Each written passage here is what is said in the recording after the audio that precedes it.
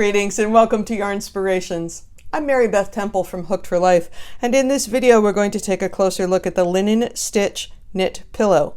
So click on the link below to download your free pattern to get more information on the materials, and subscribe to the channel while you're down there to get fresh content weekly on knitting, crocheting, and other yarny stuff.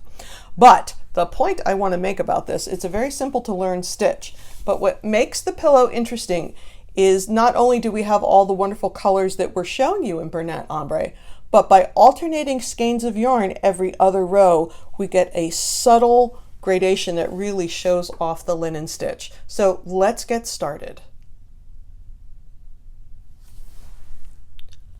One of the things that's really cool about this pillow is how subtle the gradient is. You don't get big chunky stripes, and the way we accomplish that is by starting with 2 strands of yarn instead of 1, alternating skeins every other row, and making sure that we are not starting in the same section of the color palette.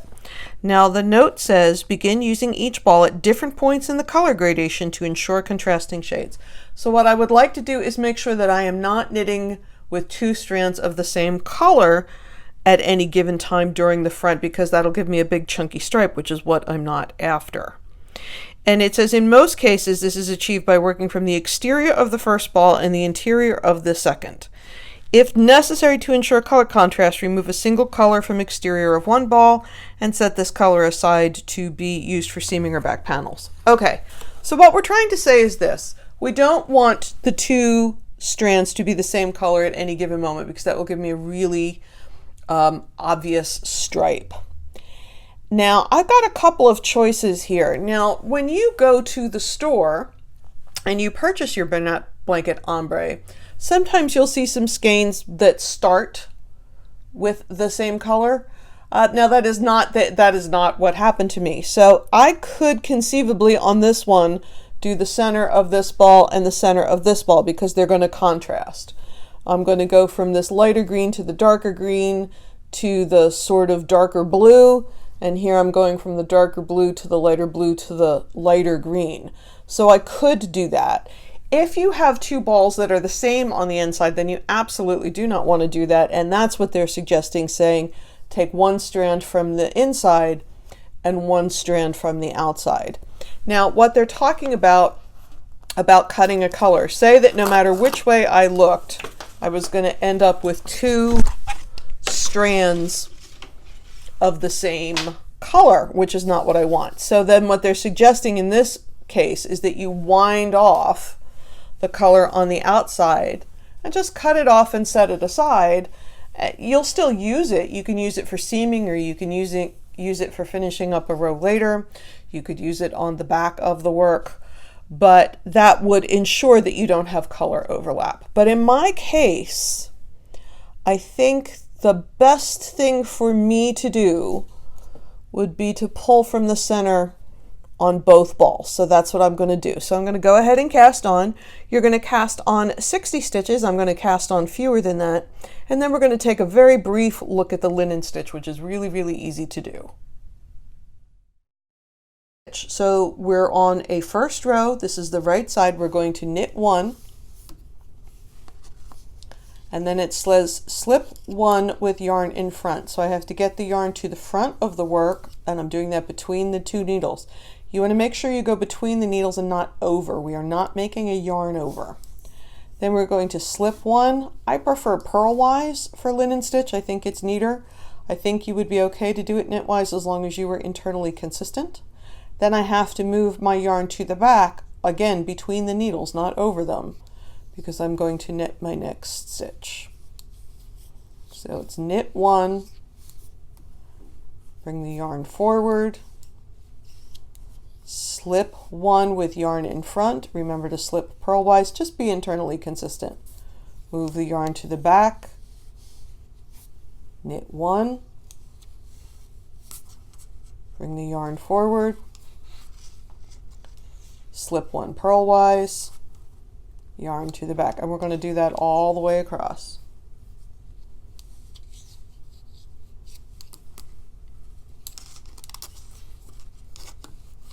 And we are working on an even number of stitches.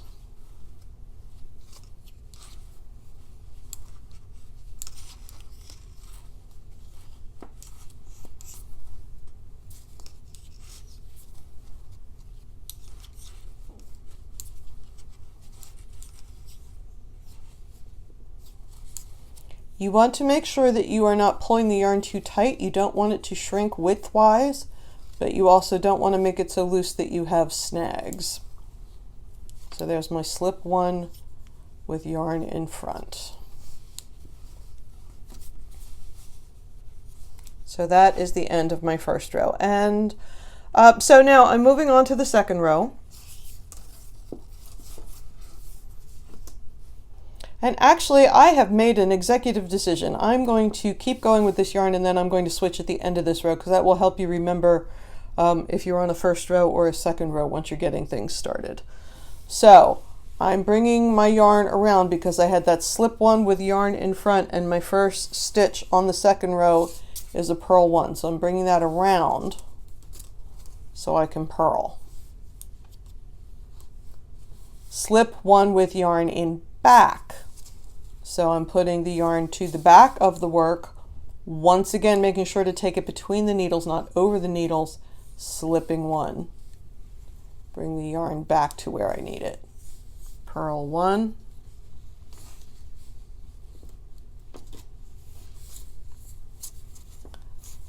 Slip one with yarn in back. Purl one.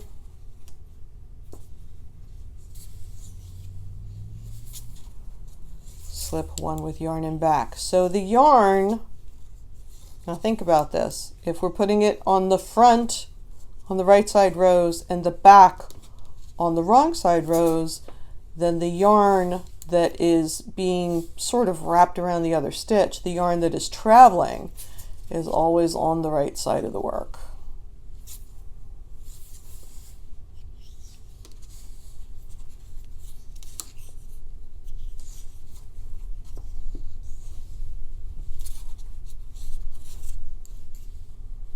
Slip one, yarn in back, purl one,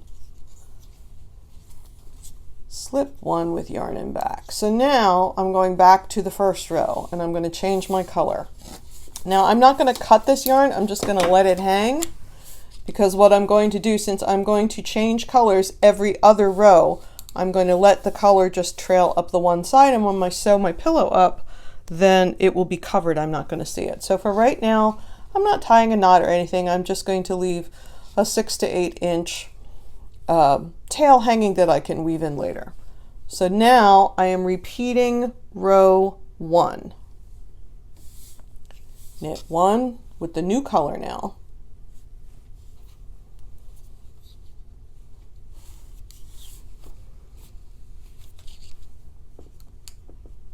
Slip 1 with yarn in front. Again, you can't pull too hard at the beginning because it'll just pop right out because you have that loose end. Slip 1 with yarn in front.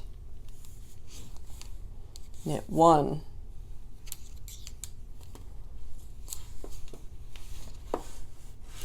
Slip 1 with yarn in front. So you can see that I'm getting rows that I'm not using the same color strands on both rows.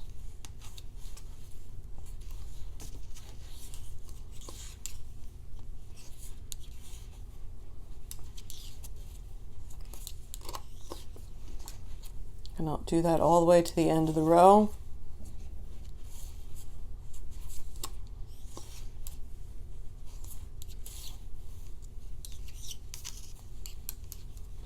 Slip 1 with yarn in front. Knit 1, slip 1 with yarn in front. So now I'm going to turn the work and I'm going to keep going in this same color. Now I'm on a second row. So again, I'm bringing my yarn way over to here because that's where I'm going to need it to be. And I want to make sure not to pull too tight. I don't want that edge to be sloppy. Purl 1, slip 1 with yarn in back. Purl 1, slip 1 with yarn in back all the way across.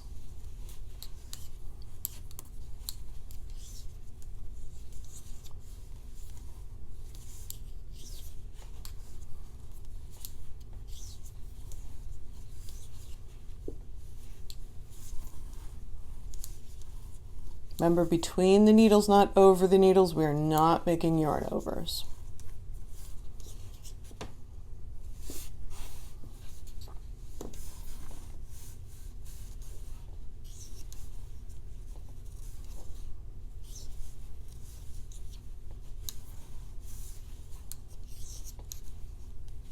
Purl one, slip one with yarn in back. Now I'm going to turn the work again. Now I have done 2 rows in my second ball of yarn. Let me just pull my circular out here because I'm getting a little tangled. And now I'm going to drop my second color and pick up my first color, which is sitting there waiting for me. That's why I didn't cut the ends.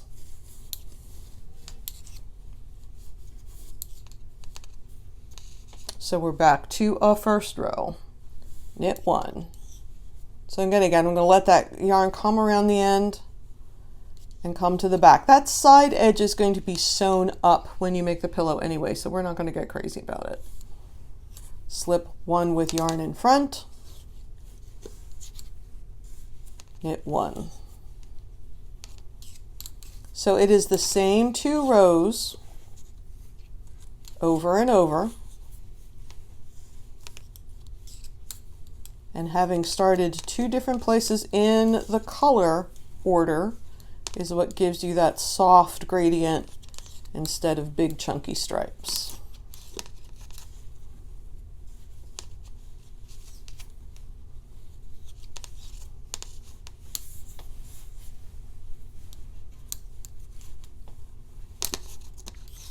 Yarn in front, knit 1.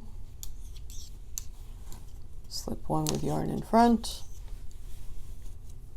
knit 1,